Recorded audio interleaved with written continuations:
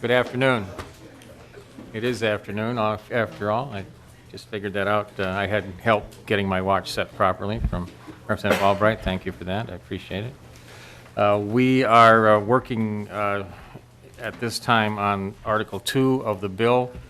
We have agreed upon many of the sections in that article, and I'm going to have Ms. Dyson walk through those sections for you. Mr. Chair and members of the Conference Committee, in your side-by-side, if you look at page R95, the first item in the agreed-upon items is the provision relating to the upper bluff of Fort Snelling State Park and allows for lease of that property. The next provision is on R97. And this is the Greater Minnesota Business Development Public Infrastructure Program. It's House Side Section 7 and requires the commissioner to explain to legislators if they make a grant for less than 50% of a project cost. The next section is on R98.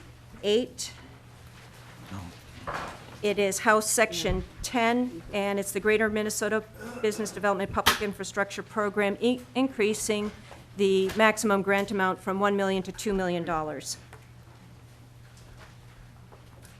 The next item is on page R100. At the top of the page, Senate language, Section 6.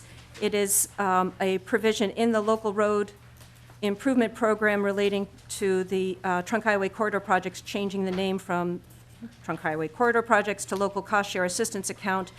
And it also strikes a sentence that relates to criteria, because there's another provision in the same section of statute that lays out criteria.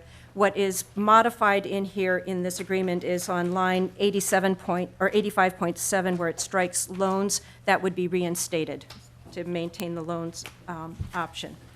The next sections that are proposed are on R101 to R108, all relating to the Public Facilities Authority, Water Infrastructure Funding Program, Point Source Program, and Revenue Bonding Authority increase. And those are identical in the House and the Senate. The next item is on page R109. At the bottom, you'll see House Section 16 and Senate Section 14. This is extending the availability of funds from a 2002 appropriation for the Fergus Falls Regional Treatment Center to 2018. The next one that would be included is on R15. I'm at 115. Relates to, it's the House Section 18, the 2012 appropriation for the Lanesboro Dam, and this exempts it from the non-state match requirement. The next one included are on R17, 117, I'm sorry. Actually, let's see. It's the, let's see, where does it start? Oh, there it is. House Section 20, Senate Section 19, the Grant County Trail, changing "and" to "or" so that they can use the money for any of the purposes as opposed to all of them.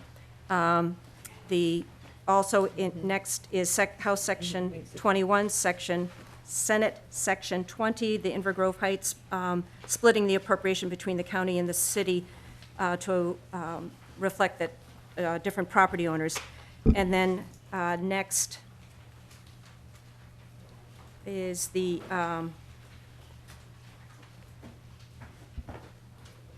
let's see, it's on R117, the Inver Grove Heights. That's that. Okay, then down to on the House side, Section 22, the West St. Paul River to River Greenway, adopting this House side. It's just slightly different. It modifies the project description and the name of the project. And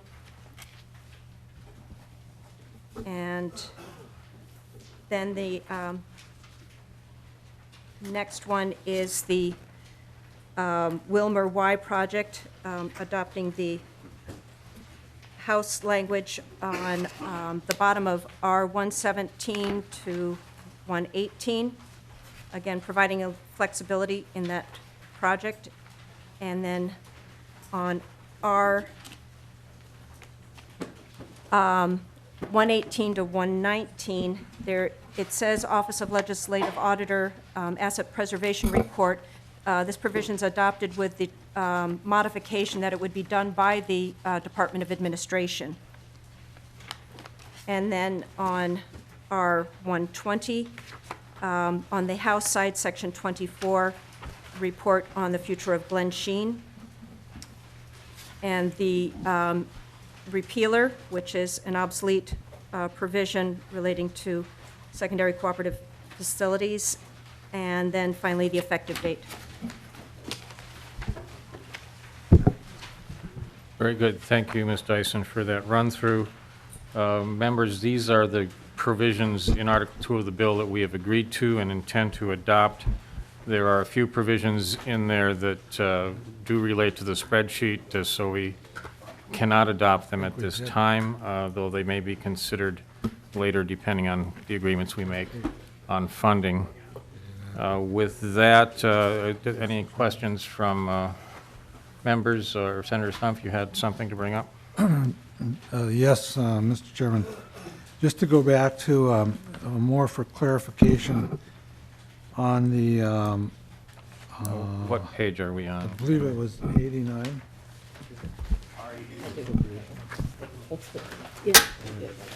It has to do with the water, some of the,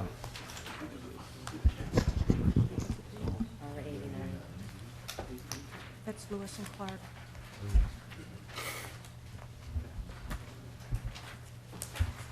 okay.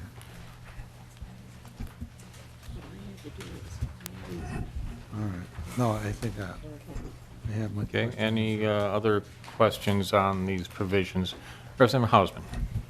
Mr. Chair, just a question about process, because we have members who, out there who might have just heard parts of the motion. Are you ever going to invite either question or comment, or what will be our process in terms of people who are following us?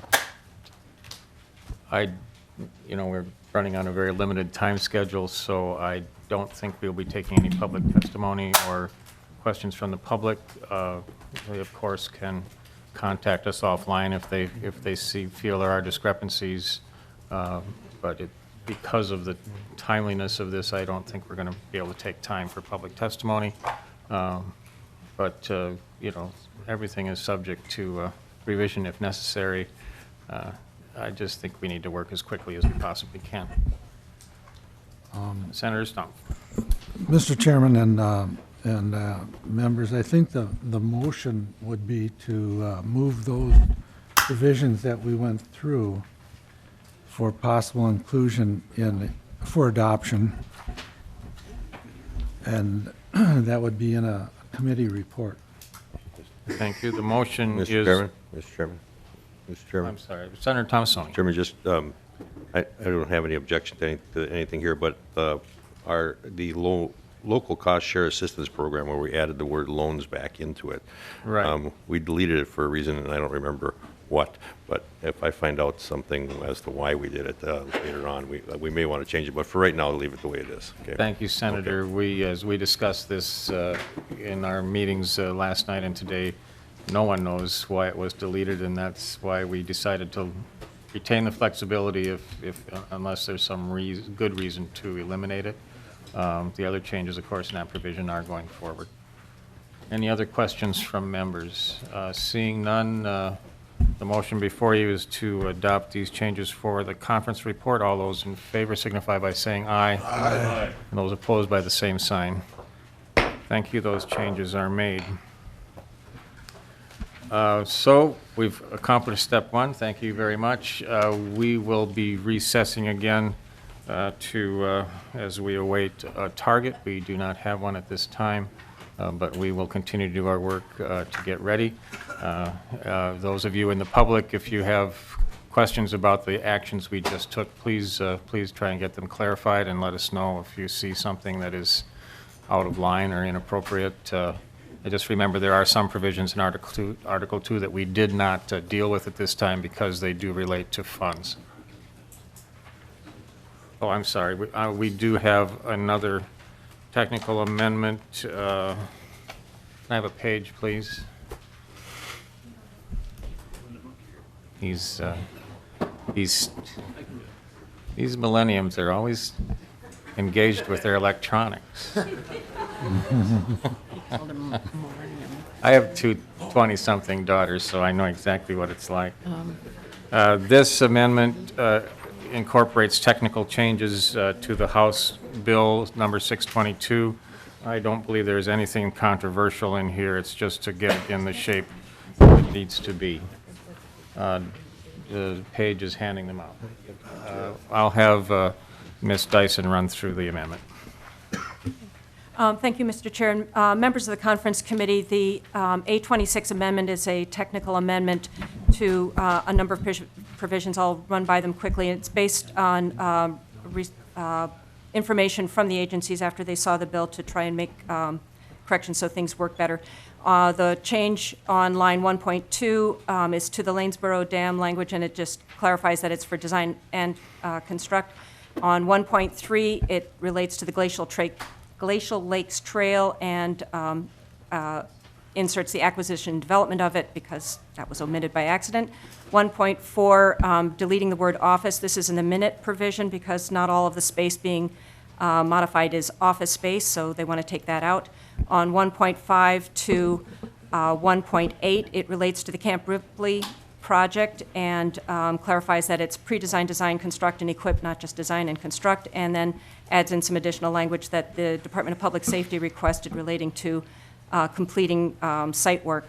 On 1.9, this is the regional medical examiners provision on the House side, and it inserts who's making the grant to Hennepin County for that project.